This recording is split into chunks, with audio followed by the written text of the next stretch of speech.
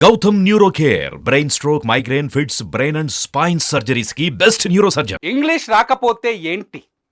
37,800 కోట్ల పెట్టుబడులు వచ్చాయి కదా.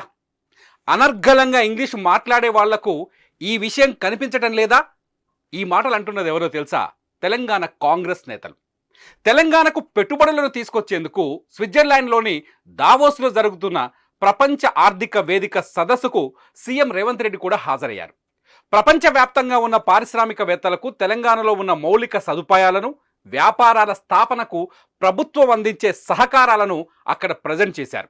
ఈ సందర్భంగా కొన్ని వార్తా సంస్థలు రేవంత్ రెడ్డితో ప్రత్యేక ఇంటర్వ్యూలు చేశాయి. ఆ ఇంటర్వ్యూల్లో రేవంత్ రెడ్డి మాట్లాడిన ఇంగ్లీష్ పైన కొన్ని సోషల్ మీడియా ప్లాట్ఫారంలలో కొత్త రకం చర్చ మొదలైంది. రేవంత్ రెడ్డి మాట్లాడిన ఇంగ్లీష్ చూశారా?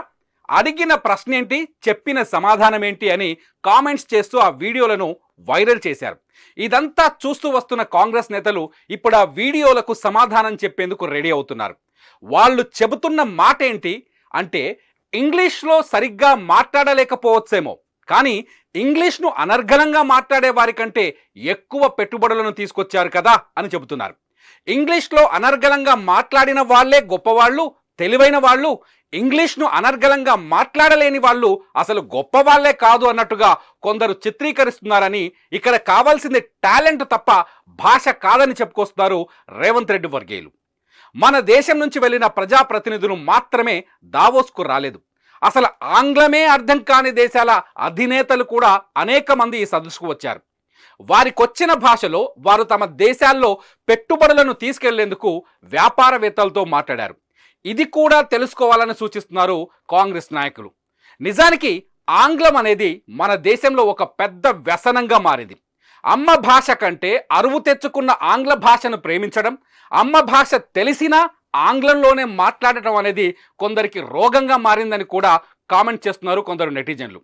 రేవంత్ రెడ్డి లాంటి వ్యక్తులను సోషల్ మీడియాలో ప్రశ్నిస్తున్న వ్యక్తులు మన ప్రభుత్వ పాఠశాలల్లో ఆంగ్ల మాధ్యమం పెడితే అడ్డుకునేందుకు ఎందుకు ప్రయత్నిస్తున్నారు? అమ్మ భాషలోనే చదువు ఉండాలి, ఆంగ్ల భాషలోకి చదువులు మారితే మన సంస్కృతి ఏమైపోతుందని బాధపడే వాళ్ళు ఇలాంటి వంకర టింకర కామెంట్లు ఎందుకు చేస్తున్నారు అని ఎదురుదాడికి దిగుతున్నారు. దావోస్లో మీడియాతో మాట్లాడే సమయంలో రేవంత్ రెడ్డి ఆంగ్లంలో అనర్గళంగా మాట్లాడకపోవచ్చు, కానీ అక్కడికి వచ్చిన పారిశ్రామికవేత్తలతో సరిగ్గానే డీల్ చేశారని చెబుతున్నారు. అందుకే తెలంగాణలో అధికారంలోకి వచ్చిన కొత్త ప్రభుత్వాన్ని నమ్మి 37,870 కోట్ల పెట్టుబడులు పెట్టేందుకు ముందుకు వచ్చారని చూపిస్తున్నారు. నిజానికి తెలంగాణలో పెట్టుబడులు పెట్టడానికి మహామహా సంస్థలు ముందుకు వచ్చాయి. అదాని గ్రూప్ ఒక్కటే 12,400 కోట్ల రూపాయలు పెట్టుబడులకు అంగీకారం తెలిపింది. తెలంగాణలో యువతకు స్కిల్ డెవలప్మెంట్ యూనివర్సిటీల స్థాపనకు అదాని గ్రూప్ చొరవ చూపించింది. అంతేకాదు విద్యుత్ ఉత్పత్తి, బ్యాటరీ సెల్ తయారీ, జీవ వైద్య ఔషధ సంస్థలు, డేటా సెంటర్ల స్థాపనకు పలు సంస్థలు అంగీకారం తెలిపాయి. భారతదేశంలో మంచి గుర్తింపు పొందిన జేఎస్డబ్ల్యూ ఎనర్జీ సంస్థ తెలంగాణలో 9,000 కోట్ల పెట్టుబడులకు ముందుకొచ్చింది. గోధి ఇండియా సంస్థ 8,000 కోట్ల పెట్టుబడులకు ముందుకొచ్చింది. వెబ్ వర్క్స్ అనే సంస్థ 5,200 కోట్ల పెట్టుబడులకు ముందుకొచ్చింది. ఆరాజన్ అనే సంస్థ మరో 2,000 కోట్ల పెట్టుబడులు పెట్టేందుకు అంగీకారం తెలిపింది.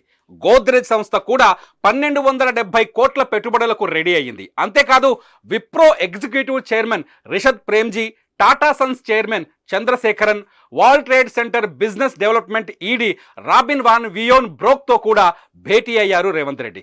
తెలంగాణను అభివృద్ధి చేయాలి అంటే ఆంగ్లంతో పని లేదు, ఆశయం ఉంటే చాలు అంటున్నారు కాంగ్రెస్ నేతలు. చూద్దాం దీనిపైన ప్రతిపక్ష పార్టీలు ఎలా స్పందిస్తాయో.